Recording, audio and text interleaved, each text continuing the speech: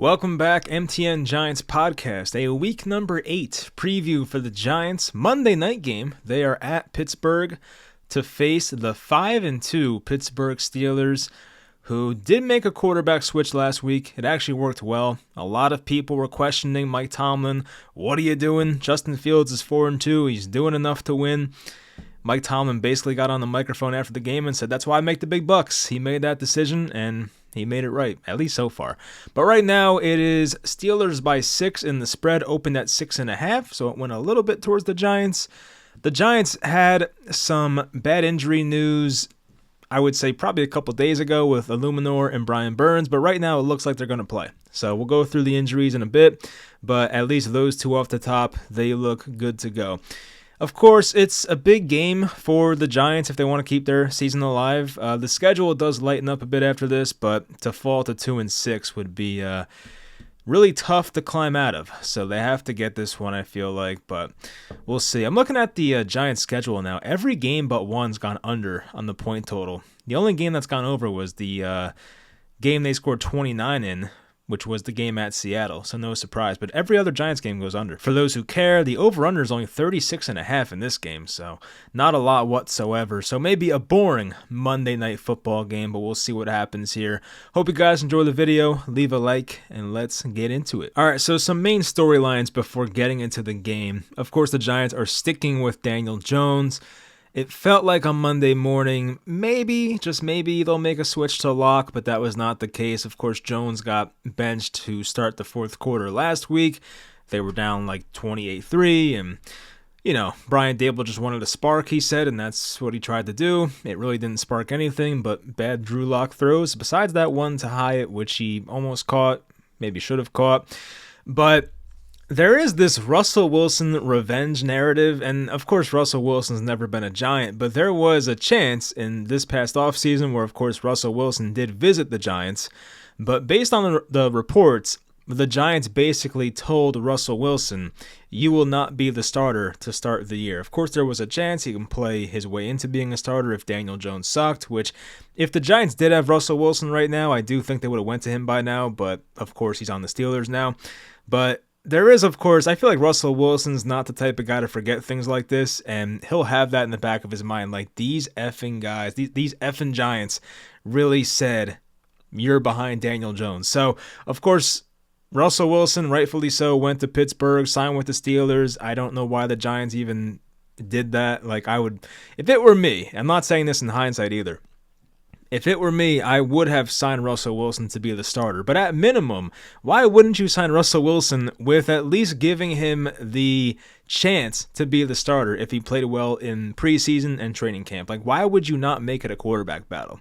So I don't know how accurate these reports are, but it's been reported by a bunch of people that cover the Giants. So it's like, I guess I somewhat believe it, but just a weird thing. But yeah, so it's kind of a Russell Wilson revenge thing, sort of. But even the Giants, like, they could have went out and got Justin Fields. Like, that makes it even worse, right? The Steelers gave up a 6th-round pick. It can become a 4th-round pick, which at this point it might not be because he's not going to play enough. But still, I mean, I like what the Steelers did in their quarterback room. It's like, it's not a franchise quarterback situation because Russ is over 30 now. He's like 35, 36, whatever.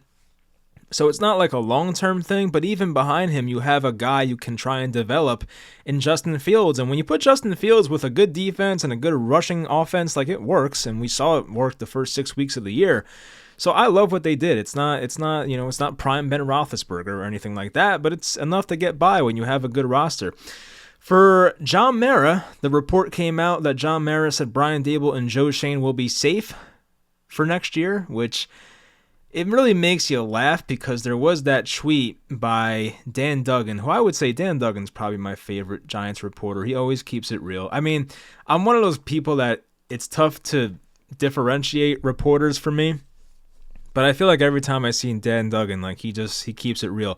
But Dan Duggan, he tweeted out 4 screenshots of, basically the first one says that Ben McAdoo was our head coach. No in-season changes coming. That was posted on November 13th, 2017. And on December 4th of 2017, just like 3 weeks later, Ben McAdoo was fired mid-season. There was the report from Schefter on December 26, 2021, that the Giants will bring back Joe Judge and Daniel Jones for 2022. Only one of those was correct, as Joe Judge got fired in January. So yeah, I mean, look, you can say what you want now, John Mara, but there's a lot of football left to be played. So if you're a Giants fan, it's actually kind of fascinating, the amount of Giants fans that despise Joe Schoen and Brian Daboll. I'm not there yet. I mean, I might get there, but I really do like Brian Daboll. I think he can be a good coach in this league. It's just very hard to win when your quarterback is that limited. So it's not all Daniel Jones' fault. There are other deficiencies on the roster, but it's very hard to win when your quarterback's that guy. So I do want to see Daboll with a real quarterback. I hope next year we get to see it, but I am not ready to give up on Daboll just yet. And if I'm saying that, then that means I'm not ready to give up on Joe Schoen yet, because I don't think we'll live in a universe where the Giants fire Schoen and keep Daboll. That would not make sense. It'd probably be the opposite, if anything. If it were up to me, I would just fire both at the same time, because I just think that works out the best way. But they most likely, and I said this on my reaction to the Eagles game, I was, I forget what the number I said was. I think I was like 75-25 that they would stay for next year, and it might have been even higher. So I do think these guys will be here next year, but of course, things can really collapse in the second half of the year. You start losing the locker room. We saw Deonte Banks make some business decisions on Sunday, so that was not great to see, and maybe throughout the year, the locker room gets pissed off with the quarterback play, whether it's Jones or Locke or DeVito, and they can't win. So, of course, Andrew Thomas is out for the year. That can snowball in some bad ways, and we'll see. But yeah, for now at least, they seem safe. But for the injuries for this game, Brian Burns and Jermaine Illuminor, they should be good to go. I saw a Jordan Rodon tweet that they expect to play. Well, at least Brian Burns has no injury designation, so that's good. He should be fine. Illuminor is questionable, but he expects to play. But for Cordell Flott, he's doubtful. So I guess if you're going to miss Cordell Flott for a game, this is a good one to do it, because the Steelers really have no wide receiver too. No offense to Van Jefferson and Calvin Austin. But Trey Hawkins is questionable, and Adoree Jackson with the neck injuries out. Jamie Gillen with the hamstring will also be out. For Pittsburgh, I forgot to look at the updated injury report, but I'll do that in a second. Their rookie receiver, Roman Wilson, who I think's been back for one game. He missed like the first month, but he's out with a hamstring. Who else? Nick Herbig is sometimes decent. You have him out. You have Zach Frazier, the starting center rookie. He's out. Cordero Patterson is doubtful. He's like their RB3 now. So not too many terrible injuries for Pittsburgh, but at least for the Giants, they'll have their big guys that were on the injury report playing, which is Illuminor and Burns. If they were without Illuminor in this game, I would say Jones might have taken 10 sacks. But at least with him there, I feel like better about it. Of course, going against TJ Watt most of the game at right tackle, it's not easy for anybody. So we'll see how that one plays out. We'll start with the Steelers' offense. So their offense, of course, looked different with Russell Wilson. It actually looked the best it has all year, probably. But for instance, like Fields had 7 attempts for over 30 yards in 6 games. Russell Wilson had 2 just last week. So they will definitely push the ball downfield more with this offense. They will pass the ball more in this offense. They will be more efficient as a passing football team in this offense. The Steelers' offense is 16th in points per game, so they're right in the middle. But when you have a defense, once again, as good as they do, you can get away with that. They are 9th in rushing yards, and they are better with Fields as a rushing football team. Of course, Fields is one of the better rushing quarterbacks in football. But they are 26th in passing yards per game. Of course, that's better with Russell Wilson, so as the year goes on, I expect them to go from 26 to somewhere maybe in the late teens. Najee Harris, of course, a first-round pick back in 2021. Yes, 2021. He actually has been really good lately. He's really not been too efficient the past couple of years, but back-to-back 100-yard games.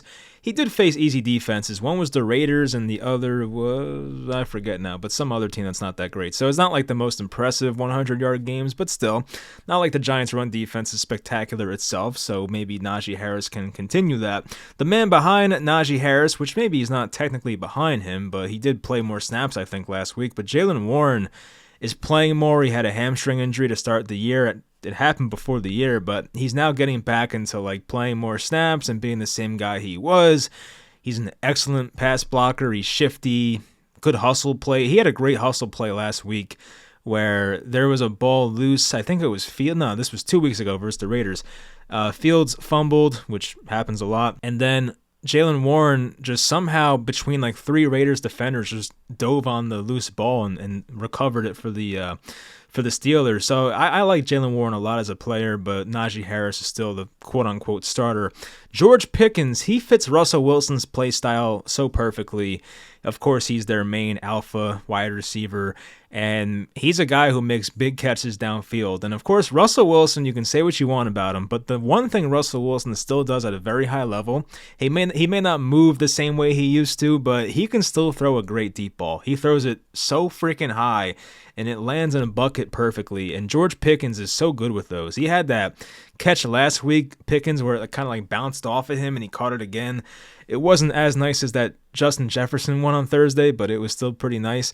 But he will make big plays down the field. And George Pickens last week versus a good Jets secondary had 5 catches for 111 yards and 1 touchdown, almost had 2 touchdowns, and that was on 9 targets versus, once again, a good Jets secondary. So got to be ready for the George Pickens deep balls from Russell Wilson. I mentioned Van Jefferson, Calvin Austin. They're meh as wide receivers.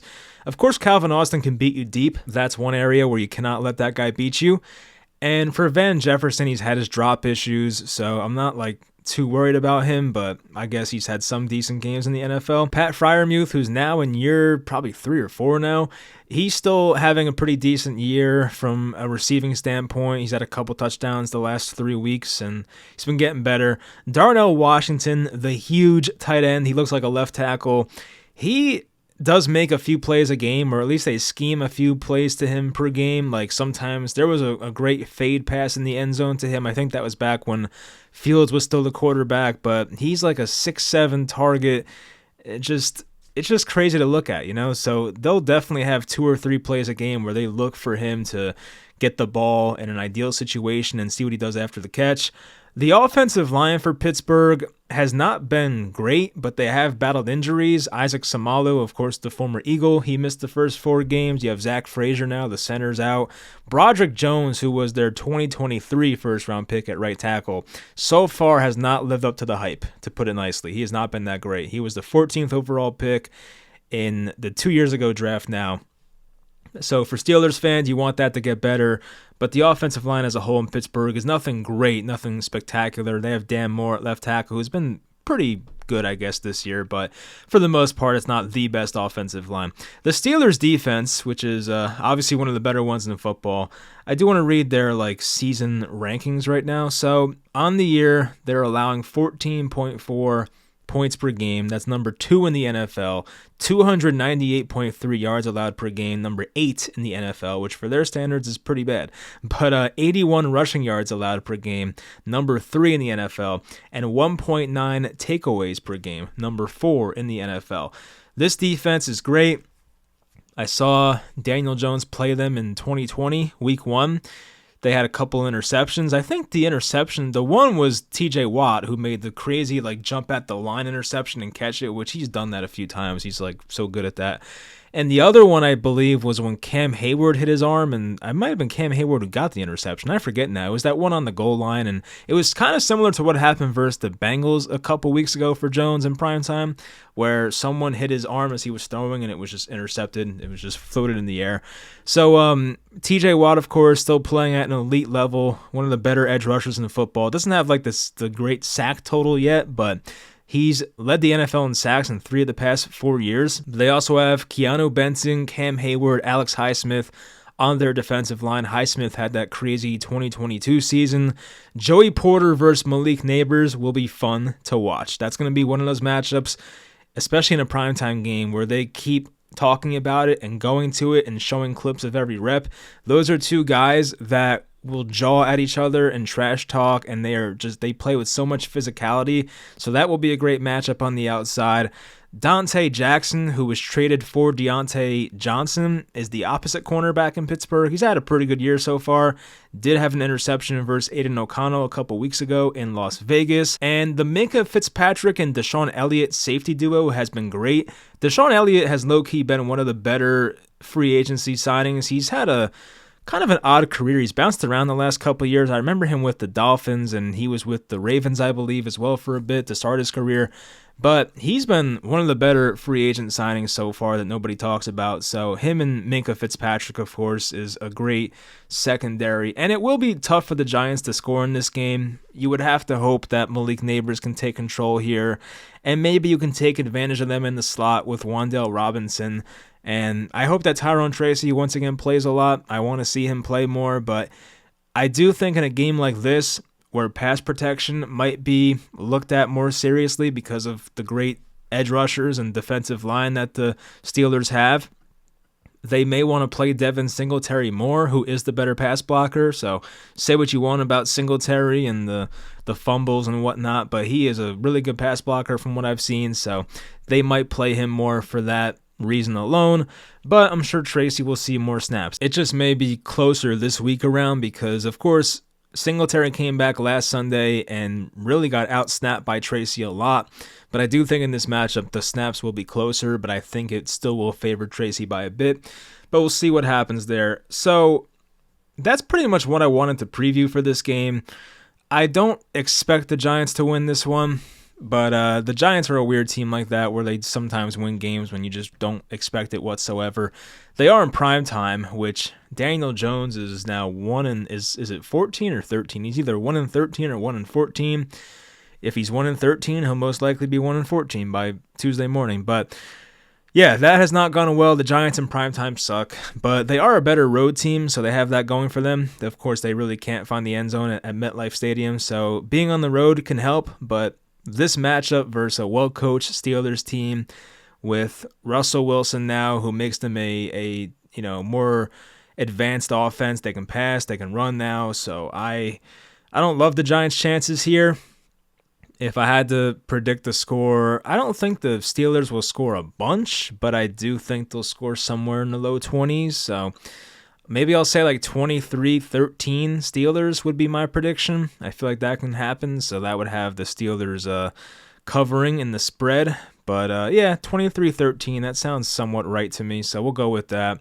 Not expecting a win. A loss here would make them 2-6, and on a short week, I think they play the Commanders next week, which Jaden Daniels is hurt right now. He might play tomorrow. That's a true game time decision. So if he were to get re-injured, then maybe the Giants have a chance week 9. But then you do play the Commanders and the Panthers back-to-back weeks. So maybe, they do play in Germany, that week 10 game versus the Panthers. But maybe, if they somehow win this game, maybe they get the Commanders without Daniels. Maybe they can play the Panthers with, I don't care who's playing for them. They suck. So maybe, just maybe, they can go on a 3-game win streak, even win 2 out of 3, and at least look somewhat relevant in the second half of the year. But the second half of the year, they do have a tougher schedule. Buccaneers, Cowboys, Saints, Ravens. Oh my God, Ravens going to be a rough one. Then you're at the Falcons, home versus the Colts, and at the Eagles, where the Giants have not won since 2013. So yeah, it's going to be maybe a rough second half, so you have to try and win these next 3 games, of course, and see where it goes. And, of course, there's a chance the Giants enter the bye week as like a 3-7 or 3-8 team, and that's going to be a rough look. But anyway, let's get into the week number 8 spread picks. For spread picks, it didn't go great last week, 6-8 overall. I'll go through some of the games. I had a 1-point loss in the Green Bay game, but overall, not a great one. Now we're 47-50-3 on the year, so, got to get above 500, which I've done mostly in the past, so I hope it gets back to that. Eagles at Bengals. Right now, it is Bengals by 2.5. I do think that makes sense. I actually think right now the Bengals are a better football team, and they are coming off a matchup versus the Browns where you figured it'd be easy, but the Browns defense actually played very well in that game. But I think I'll take the Bengals minus 2.5 here. They are 3-4, so you got to win some football games and to keep saving their season. So I will take the Bengals here. Ravens at Browns, Baltimore by 8.5. It is Jameis Winston. I do like that.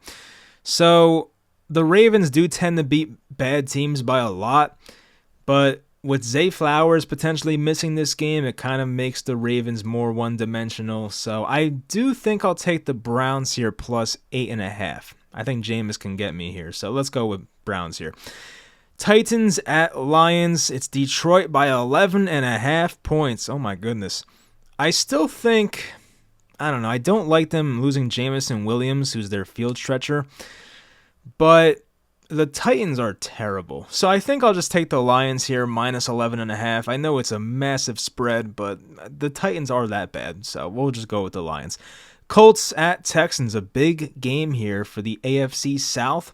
Colts 4-3, Texans 5-2. It is Texans by 4.5 at home.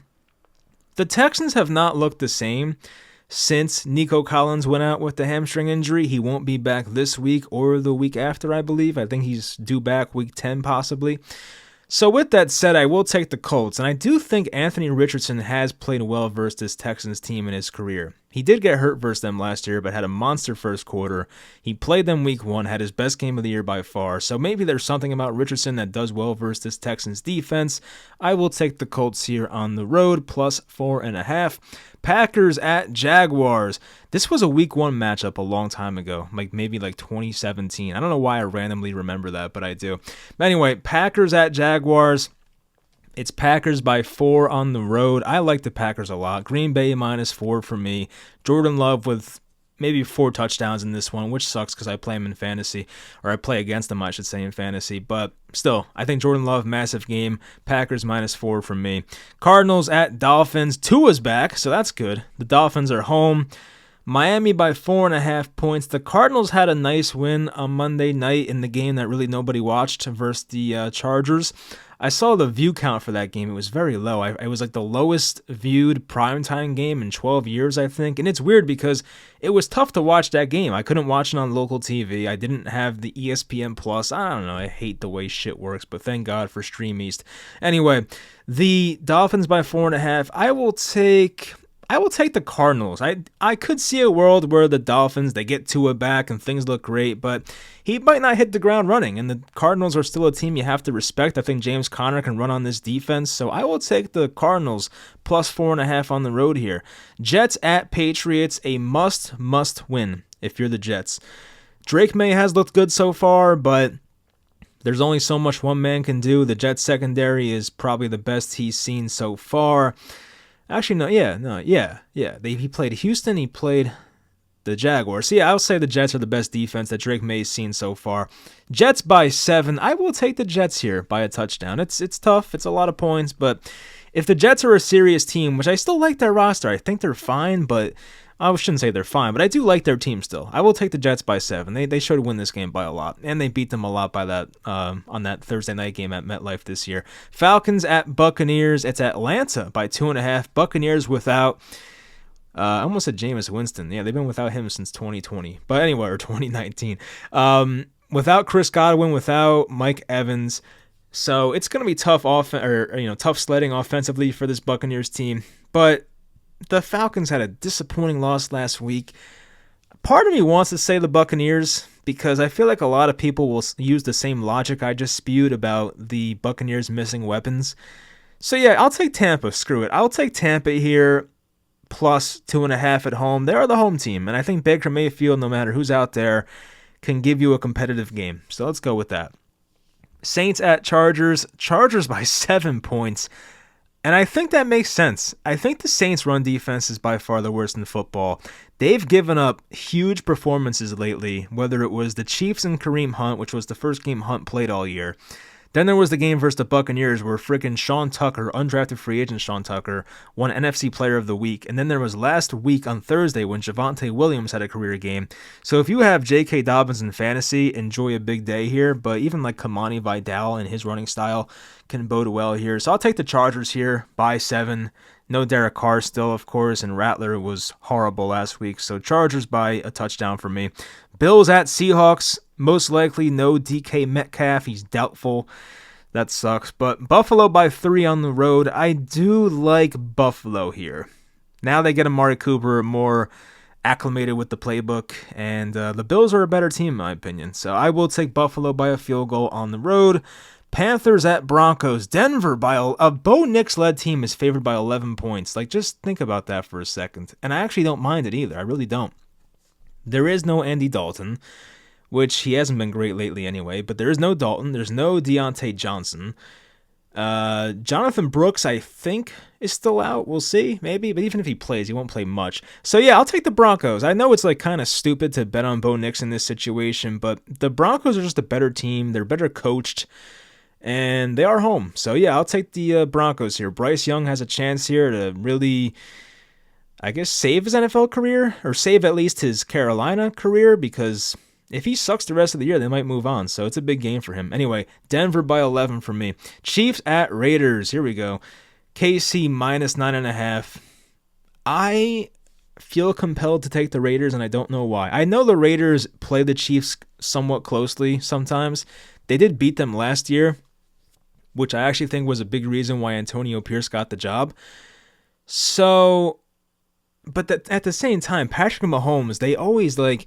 I remember there was that one thing in training camp where they made like a Mahomes doll and they were like making fun of his voice. He does not forget these things. Just like I said with Russell Wilson, some guys, like these quarterbacks are sometimes psychopaths. They don't forget about things. So you know what? I'll take the Chiefs. I think Pat Mahomes comes out angry and they win this game by at least 10. So it was KC by 9.5. I'll take the Chiefs. Why not? The Bears are at the Commanders. We may or may not get Jaden Daniels. By this spread, I would assume that Daniels is out, because if Daniels was healthy, you would have to think that the Commanders would be favorites. But right now, it's Chicago by 3, and they're coming off a bye. So I know Marcus Mariota looked good last week, but I do like the Bears and how they've looked lately, and Caleb Williams has looked better every single week. So I will take Chicago by 3. I like their defense too. The Chicago defense versus Marcus Mariota. Like, I know Mariota looked good last week, but A, it was the Panthers, and B, they did not prepare for him. So now with a Bears defense that has a full week, and a good Bears defense that has a full week to prepare for Mariota, I don't think we'll have the same results. So Bears by 3 for me. I actually like the Bears a lot in that game. The Cowboys at the Niners. It's Niners by 4.5. Cowboys coming off a bye. Niners are without Ayuk for the year. Debo might play with pneumonia. That was a odd one to see, but hopefully he's good. He practiced the last couple days, so he should play. Ricky Pearsall might play some more, the guy who got shot, their first-round pick. For Dallas, their defense, I don't trust them in this spot, so I do kind of feel like taking the Niners would be the move here. But if you're the Cowboys, you are playing for... It's a big game. You're coming off a bye. You're 3-3, so I do want to think they come out competitively here, but I don't trust their run defense either. So I'll take the Niners here by 4.5. I could be wrong about this one, though. I don't feel great about it. Then Monday night, we have our Giants at the Steelers. Pittsburgh by 6. I predicted Steelers 23-13. So that's my prediction. I will take Pittsburgh in the spread picks, and yeah, that's it. And then we had this game that happened. One of the worst calls you'll ever see, or missed calls that you'll ever see in this game. If you did not watch the end of this game, I guess that's good, because I'm not even a Vikings fan, and that still pissed me off. I do have Sam Darnold in fantasy, so I guess that kind of annoyed me for that. But just the most blatant missed face mask call you'll ever see. Like, the Rams defender had his hands over his head because he did it, and they still didn't call it. So just a pretty bad loss there if you're Minnesota. But anyway, there was no guarantee they would have went 95 yards and tied the game, but like, that's still a shitty way to lose. So anyway, that'll do it for the video, for the spread picks, for the game preview. They don't play till Monday, so I'll talk to you guys Monday night, sometime maybe early Tuesday morning by the time this is out. But I hope you guys enjoyed, and I'll talk to you guys next time.